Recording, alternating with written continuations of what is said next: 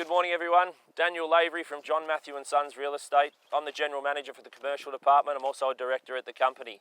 I'm pleased to be bringing you out here today, a beautiful winter's August morning here in Broadwood at a wonderful commercial industrial facility, as you can see in the background. I've got Shane Cullen with me from Shane Cullen Photography. Thanks for being with us, Shane.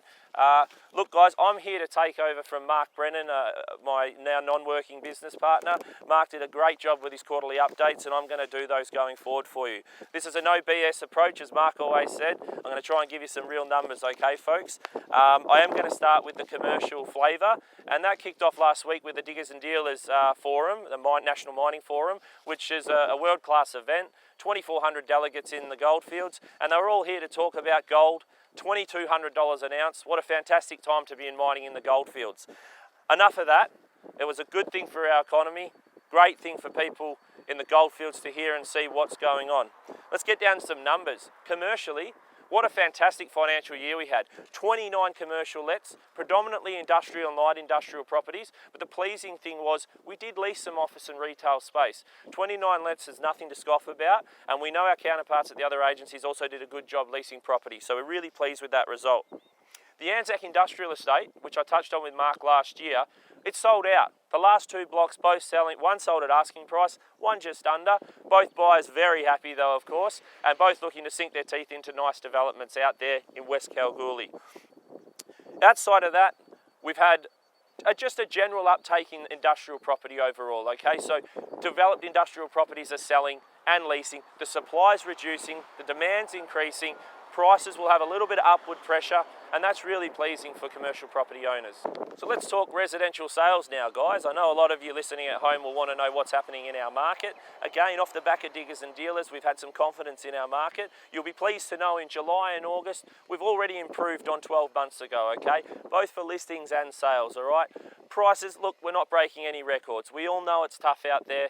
Look, as Mark Brennan always said, when others are selling, it's a great time to buy. So take the opportunity while prices are well priced in this market to get in and sink your teeth into a couple of investment properties. Speaking of investors, we've had a couple of inquiries from Eastern States investors.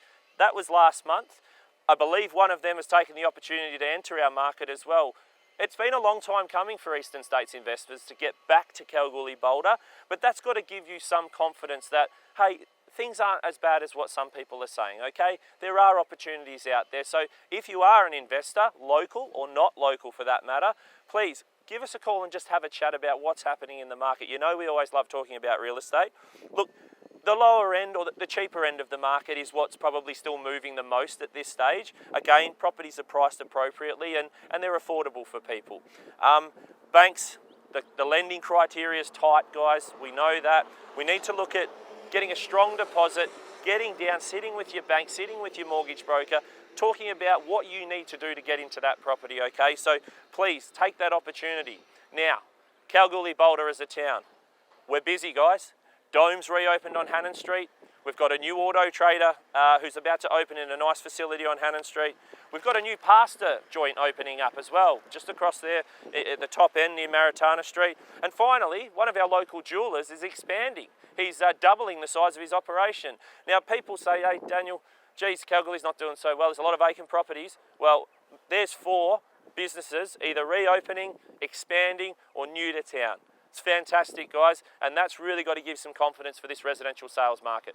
Guys, I've saved the best till last, our residential property management department. The lovely Julie Kay, our general manager for residential property, was kind enough to give me some information to share with you today. Look, from January to July this year, we've leased, on average, 33 properties a month. What a fantastic result. Our team has been working really, really hard for our clients to put people in their houses and homes for that matter.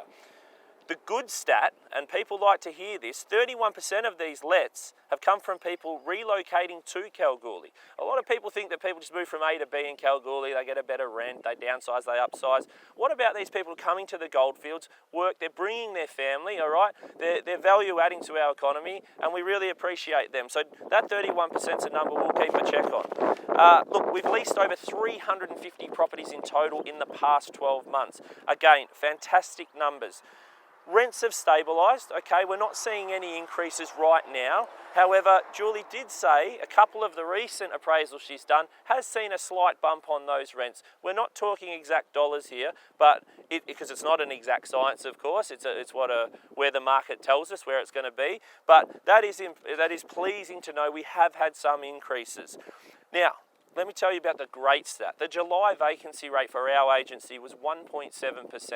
Now, to put that into perspective, we got down to only 10 vacant properties during the month of July.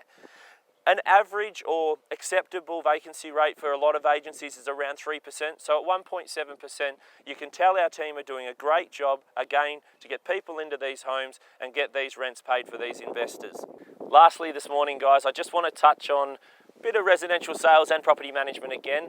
We had our team down at Smartline Mortgage Brokers put together a little buy-to-rent scenario for us.